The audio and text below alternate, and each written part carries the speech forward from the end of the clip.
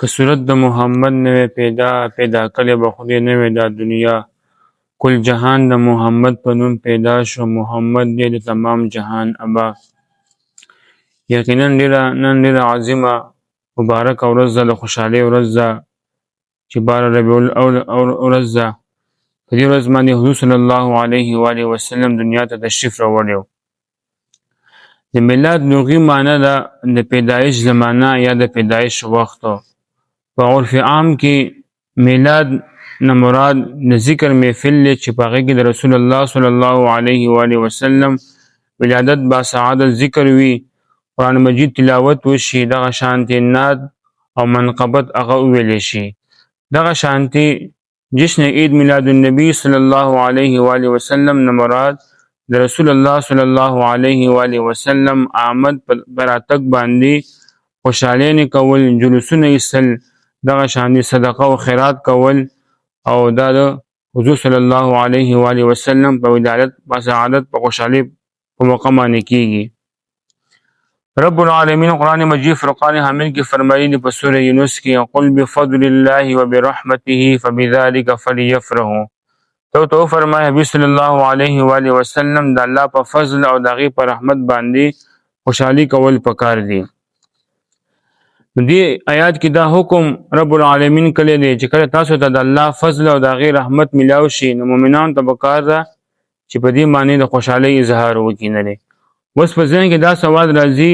چې آیا رسول الله صلی الله علیه و آله وسلم د الله رحمت دی چې موږ په هغې راتګ باندې خوشحالۍ اظهار وکړو خوشحالۍ معنا وکړو نو دې جواب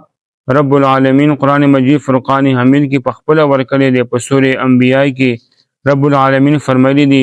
وما ارسلناک الا رحمة للعالمین او حبیب صلی الله علیه و آله وسلم ته موږ تمام جهان دپاره رحمت رالیږلی نو الحمدلله رسول الله صلی الله علیه و آله وسلم دې دنیا ته تشریف راوړل دا رحمت دی او پهله آیات کې رب العالمین موږ ته دا حکم کړی چې تاسو ته چې کله د الله رحمت میلاو شي تاسو خوشحالۍ اظهار کوئ نه نو مسلمانانو ته پکار ده چې رسول الله صلی الله علیه و آله وسلم ولادت با سعادت باندې خوشحالۍ اظهار وکړي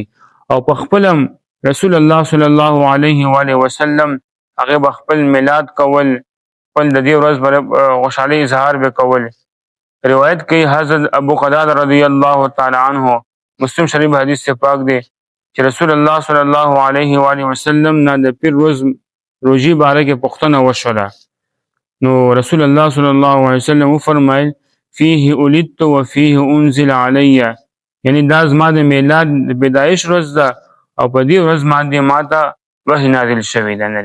یعنی مطلب دا دې حدیث نه معلومه شوله چې رسول الله صلی الله علیه و آله وسلم به